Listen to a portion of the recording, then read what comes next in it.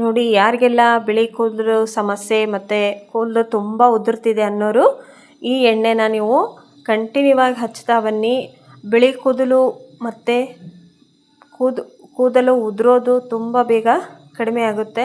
Hi, ಎಲ್ಲರಿಗೂ ನಮಸ್ಕಾರ. ಹೇಗಿದ್ದೀರಿ? ಚೆನ್ನಾಗಿದ್ದೀರಾ? ನಾನು ಕೂಡ ಚೆನ್ನಾಗಿದ್ದೀನಿ, ನೀವು ಚೆನ್ನಾಗಿದ್ದೀರಾ ಅಂತ ಅಂದ್ಕೊಂಡಿದ್ದೀನಿ. Welcome to my Banashankari all in one ಚಾನಲ್ಗೆ. ಫ್ರೆಂಡ್ಸ್, ಇವತ್ತು ನಾನು ಕೂದಲು ಉದುರೋದು ಮತ್ತು ಬಿಳಿ ಕೂದಲು ಸಮಸ್ಯೆಗೆ ನಾನು ಪರಿಹಾರನ ತೊಗೊಂಡು ಬಂದಿದ್ದೀನಿ. ತುಂಬ ಸಿಂಪಲ್ಲಾಗಿ ನೀವು ಈ ಎಣ್ಣೆನ ಮಾಡಿಟ್ಕೊಂಡು ತಿಂಗಳ ನೀವು ಮಾಡಿಟ್ಕೋಬೇಕು. ಕೊಬ್ಬರಿ ಎಣ್ಣೆ ಯಾವ ಥರ ಹಚ್ತಿರಲ್ಲ ಅದೇ ಥರನೇ ಹಚ್ಬೋದು. ಬನ್ನಿ, ಮತ್ತು ಯಾವ ಥರ ಮಾಡೋದು ಅಂತ ನಾನು ತೋರಿಸ್ತಾ ಹೋಗ್ತೀನಿ, ನೀವು ನೋಡ್ಕೊತ ಬನ್ನಿ. ಇಲ್ಲಿ ನೋಡಿ ಏನೇನು ತೊಗೊಂಡಿದ್ದೀನಿ ಅಂತ. ನಾನು ಸ್ವಲ್ಪ ಕೊಬ್ಬರಿ ಎಣ್ಣೆನ ತೊಗೊಂಡಿದ್ದೀನಿ. ನಾನು ಪ್ಯಾರಾಶೂಟ್ ಕೊಬ್ಬರಿ ಎಣ್ಣೆನ ತೊಗೊಂಡಿದ್ದೀನಿ. ನೀವು ಯಾವ್ದು ಯೂಸ್ ಮಾಡ್ತಿರಲ್ಲ ಅದನ್ನು ತೊಗೋಬೋದು. ನಾನು ಪ್ಯಾರಾಶೂಟ್ ಯೂಸ್ ಮಾಡ್ತೀನಿ. ಹಾಗಾಗಿ ಒಂದು ಬಾಟಲ್, ಅಂದರೆ ನಾನು ಸಣ್ಣದು 60 ರೂಪಾಯಿ ಬಾಟಲ್ ಇದು ಬರುತ್ತಲ್ಲ, ಅಷ್ಟು 1/4 kg ಕಮ್ಮಿನೇ ಇದೆ, ಅದನ್ನು ತೊಗೊಂಡಿದ್ದೀನಿ. ಮತ್ತು ಸ್ವಲ್ಪ ಕರಿಬೇವನ್ನು ತೊಗೊಂಡಿದ್ದೀನಿ. ಮತ್ತು 2 ದಾಸವಾಳ ಹೂವು, ಅದು ಕೆಂಪು ದಾಸವಾಳ ಹೂವು ಹಾಕಬೇಕು. ಮತ್ತು ಒಂದು ಈರುಳ್ಳಿನ ಕಟ್ ಮಾಡಿ ಇಟ್ಕೊಂಡಿದ್ದೀನಿ. ಸ್ವಲ್ಪ ಮೆಂತ್ಯ ಕಾಳು ತೊಗೊಂಡಿದ್ದೀನಿ. ಮತ್ತು ದಾಸವಾಳದ ಎಲೆ ತೊಗೊಳ್ಳಿ. ಹೂವು 2 ಆದರೆ ಸಾಕು, ಅದು ಕೆಂಪು ದಾಸವಾಳನೇ ಆಗಬೇಕು. ಮತ್ತು ನಿಮ್ಮ ಮನೇಲಿ ನಲ್ಲಿಕಾಯಿ ಇತ್ತು ಅಂದರೆ ಅದನ್ನು ಸಹಿತ ಹಾಕ್ಕೋಬೋದು. ನಮ್ಮ ಮನೇಲಿ ಇರಲಿಲ್ಲ, ಹಾಗಾಗಿ ನಾನು ಯೂಸ್ ಮಾಡೋದಿಲ್ಲ. ನಾನು ಹಚ್ಚೋದೇ ಇದನ್ನು. ತುಂಬ ಚೆನ್ನಾಗಿ ಬರುತ್ತೆ, ಟ್ರೈ ಮಾಡಿ ನೀವು.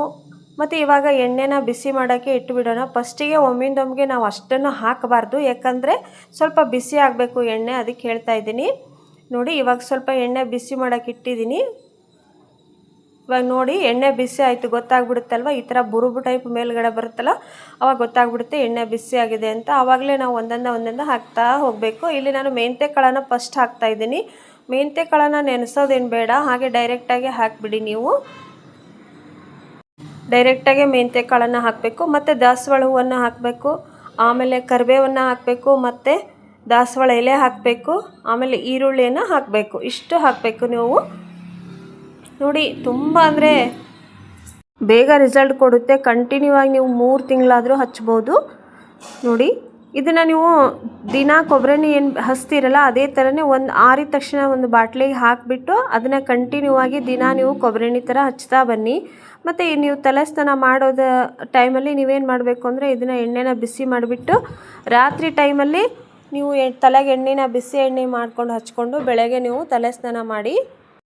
ನೋಡಿ ಎಷ್ಟು ಸ್ಮೂತಾಗಿ ಕೂದಲು ಬರುತ್ತೆ ಅಂತ ನೀವೇ ಹೇಳ್ತೀರಾ. ನಾನು ಯೂಸ್ ಮಾಡೋದೇ ಇದೆ, ಅದಕ್ಕೆ ನಿಮಗೂ ತೋರಿಸ್ತಾ ಇದ್ದೀನಿ. ನಾವು ಯಾವ ಹೇರ್ ಕಲರು ಹಚ್ಚೋದನ್ನು ಬೇಡ ಅಂತ ನಿಮಗೆ ಹೇಳ್ತಾ ಇದ್ದೀನಿ. ತುಂಬ ಅಂದರೆ ತುಂಬ ರಿಸಲ್ಟ್ ಕೊಡುತ್ತೆ. ಇವಿಷ್ಟು ನೀವು ಬೇಗನೆ ಇವತ್ತೇ ಮಾಡಿ ಕೊಬ್ಬರಿ ಎಣ್ಣೆ ರೆಡಿ ಮಾಡಿ ಇಟ್ಕೊಳ್ಳಿ.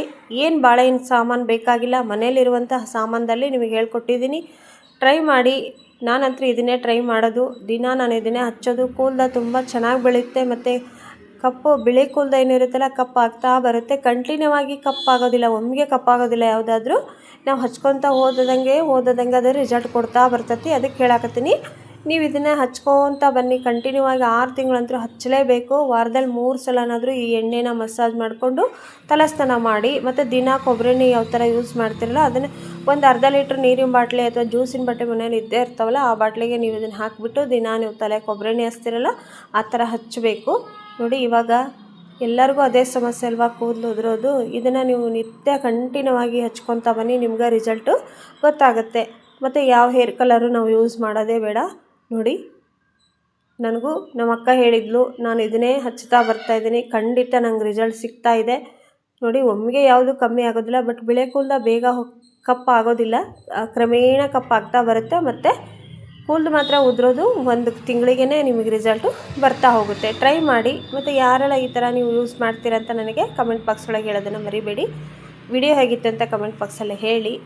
ಲೈಕ್ ಮಾಡಿ, ಇಷ್ಟ ಆದರೆ ಲೈಕ್ ಮಾಡಿ. ಮತ್ತು ಏನಾದರೂ ವಿಡಿಯೋದಲ್ಲಿ ತಪ್ಪಿದ್ರೆ ಕ್ಷಮಿಸ್ರಿ. ಬನಶಂಕರಿ ಆಲ್ ಇನ್ ಒನ್ ಚಾನಲ್ಗೆ ಸಪೋರ್ಟ್ ಮಾಡೋದನ್ನು ಮರಿಬೇಡಿ.